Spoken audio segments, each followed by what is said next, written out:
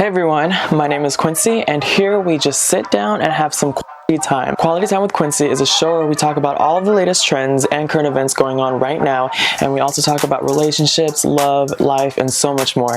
There's going to be more fun episodes coming soon, and I can't wait for you all to see it. Follow Quality Time with Quincy on all social media to get the latest on the show, and don't forget to subscribe. Hello, thank you all for tuning in to the very first episode, Quality Time with Quincy. My name is Quincy and I love to talk about anything and everything, so I thought it would be a good idea to make this new show on YouTube and talk about literally anything. Here on the show we talk about all of the latest trends, current events, and celebrity gossip going on, and we also have some special guests today and I can't wait for you all to see. This past year I've had a lot of time doing stuff like starting this own show, but I also had a lot of time doing stuff way out of my comfort zone, like doing dance challenges on TikTok or starting an OnlyFans. I'm just kidding, I can't dance. Something about a complete nobody who just graduated college and has nothing better to do with their life than to start a low-budget talk show sounded like a good idea. And I know I mentioned earlier that I will be having special guests on the show, but please don't expect me to have Megan Thee Stallion or Harry Styles or Michael B. Jordan at my disposal. The closest thing you're gonna get are some of my friends on the internet, some of my friends in college, and if you're lucky, a guy I met on Tinder. Or if I'm lucky. Anyway, without further ado, welcome to the first episode of Quality Time with Quincy, and I can't wait for you all to enjoy.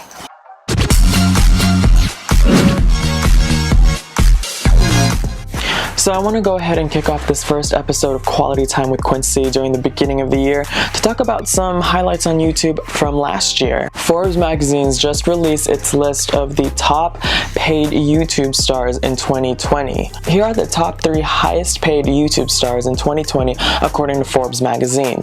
Dude Perfect with 57.5 million subscribers, the 5-man channel brought in $23 million and 2.77 billion views. Coming in at number 2 is Mr. Beast, also known as Jimmy Donaldson. He has 47.8 million subscribers and made an estimate of $24 million with 3 billion views. He's known for his extravagant and elaborate giveaways and expensive stunts that lots of viewers do enjoy. And last, but certainly not the least, coming in at number 1 is someone whose age isn't even double digits. 9-year-old Ryan Kaji with 41.7 million subscribers made an estimate of almost $30 million in 2020. He reviews toys, he has his own deals and endorsements, and he is only 9 years old. That's just crazy. He also topped the list in 2019 as well as the top paid YouTuber in 2019. Now, speaking of kids doing amazing things, Times Magazine's just released its Kid of the Year. Now, for those of you who don't know, Times Magazine is known for publicizing and highlighting a person every single year for its Person of the Year edition. But this year, they have highlighted a Kid of the Year for the very first time. Gitanjali Rao is a 15-year-old scientist and inventor. Meanwhile, I'm a 22-year-old opinion giver that nobody asked for. She's also a high school student in Colorado who uses artificial intelligence for her studies. I use artificial intelligence to find a match online, and I am never lucky. Gitanjali was inspired by the water crisis in Flint, Michigan, so she uses AI in order to detect contaminants in the water. Now, if you aren't all aware, the city has been going through this water crisis for several years now, and nothing is really getting done about it. There is also a 13-year-old activist, Marie Copany, who has been in the front lines of fighting for clean water in Flint, Michigan as well. When teenage girls are doing something to save the lives of a community more than government officials or people in authority, that says a lot. In other news, a Texas company is getting backlash from social media for selling pricey Mahjong tiles. Critics are calling the company out for its cultural insensitivity. Now, for those of you who don't know, Mahjong is a Chinese game that's been played all over Asian countries and even in Western states as well, but it is a traditional Chinese game that has been out there for several years. The company known as the Mahjong line started selling their versions of the game, with each set costing about $325 to $425. Now, keep in mind that I've done some research and I looked up Mahjong game sets, whether that's on online stores or at Asian markets, and on average they can cost about like $40 to $50, but this company charges over $300 per set. The sets replaces traditional Chinese symbols with their own characters and decorations to make it more aesthetically pleasing. Many people didn't find this appropriate and called them out for removing the sacred traditional characteristics, which people have said to have meaningful importance of its culture, and removing that just caused a lot of problems. Los Angeles producer Lon Huang took to TikTok to call out the company for not highlighting the cultural significance of the Mahjong game and to discuss the problematic situation. I honestly just thought, the whites are at it again. Let's change an entire game's design and function just because it didn't fit in with their house decor. It's unethical because it continues a problematic history of Asian American erasure in America. The video that she posted on TikTok received well over 150,000 views and counting.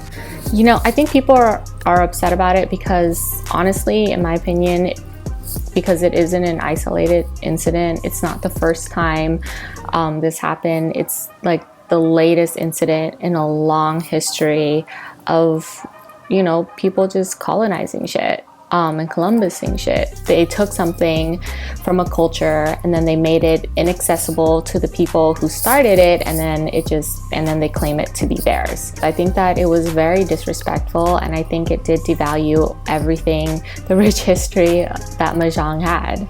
The company posted an apology on their website. Originally, the site had a photo of 3 white women who were the owners of that company, but is now removed from the website. I think that this company was trying to give white women an avenue to feel special in a space that, you know, wasn't really theirs to begin with. You know, I think it was misguided and narcissistic. I think this was just like a dumpster fire from start to beginning. I think that their apology was the most insincere and honestly petty. The apology that was posted on their website stated that it was their intent to inspire American Mahjong players, and they also recognized that they failed to properly pay homage to the Chinese heritage.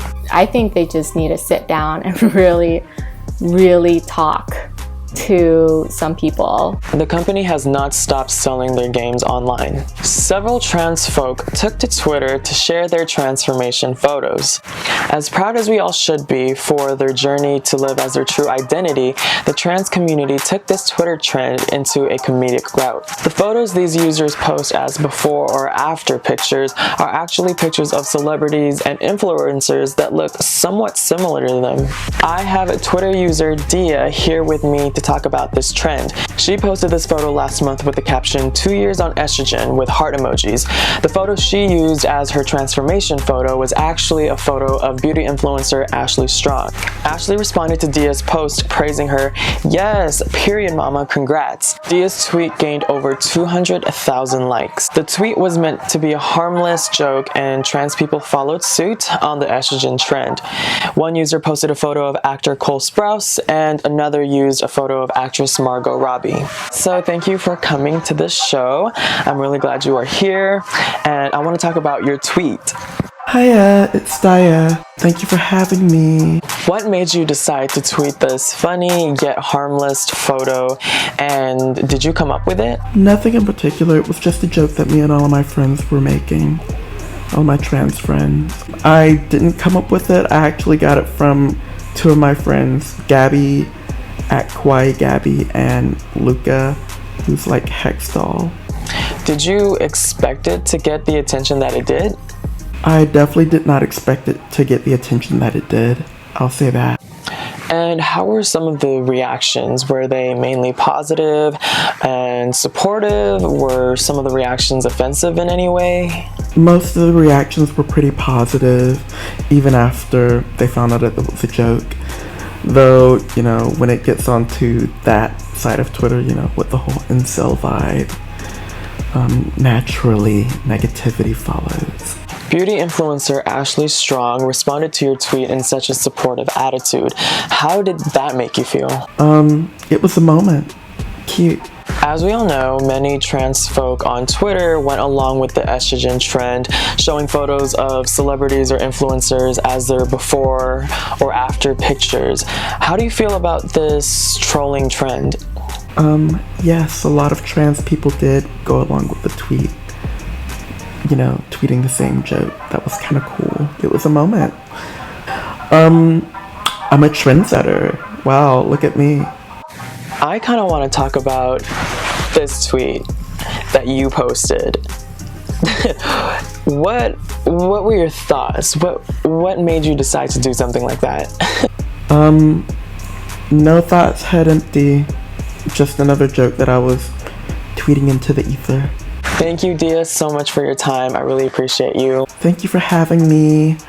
Bye, it's Daya. A singer, songwriter, and Virginia native from Universal Music Group just released his album Clarity, now available to stream on all platforms. He and I have been close on Twitter because of our love for Beyonce, and knowing that he is on this show, I'm really excited to have him here with me. With his ongoing active interactions amongst his fans and followers on social media, as well as producing authentic music for his listeners, Barz Da Lyricist invites you to take a trip, relax, and enjoy Clarity. Need some clarity on why they lost their lives. Sometimes tears still leave my eyes. Reflecting on moments, can't help but cry. Daily I try to utilize every precious moment in my life. If I ever did you wrong, I apologize. I have Barz Da Lyricist here with me on the show, and I'm so thankful that you are here. And I want to talk about your music. Hey, it's Barz Da Lyricist. I am currently sitting in my closet studio where I record everything. I am so glad to be a part of this show. Let's just get started. So what first got you into music? How did all that start? I've actually always just had a passion for music, basically all of my life. I was even in the all-state chorus in 5th grade and sung in a choir, as well as an audition a cappella group throughout high school. Also seeing many people I personally knew of from my home region 757 Virginia pursue that passion and actually flourish made me want to do the same.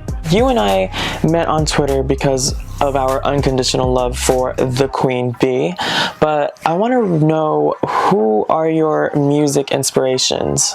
I'd say artists like Kendrick, J. Cole, and Beyonce really inspired me to push and drive into making my own sounds. How would you describe your music that you typically create? I create introspective hip-hop with soulful vocals and melodies intertwined. This year though, I'm really not trying to be boxed, so I'll be really touching the sounds I never fully previewed before. Go through with me what your creative process is like. So I always start off with melody. You know, melody drives songs today. People will remember the tune of a song before the lyrics most of the time. So I come up with the sounds of melody first, then I come up with the flow and play around with delivery, then I make the actual lines for the hook and verse. Most of the time my songs have some type of concept as well, so that helps play into my writing process also. Because you're so active on social media and you interact a lot with your fans and followers, do you think social media has impacted your career in some way? Media has helped me a lot and has been there for me throughout my whole journey, especially Beehive, High for short. They've really shown so much love and support for my career, and I appreciate them so much, really. They're all my besties. The media has helped take my music and show it to audiences all across the globe in one space. I don't have to travel to the UK, for instance. I could tweet out an album and people from whole other areas could see it all at the same time. It's a beautiful thing to think about. I want you to describe your album Clarity and what got you to create it. Honestly, so much went into the overall creation and concept for this album, Clarity. It'll take forever to fully speak on this, but to briefly summarize, basically there were a lot of things that went on in my life.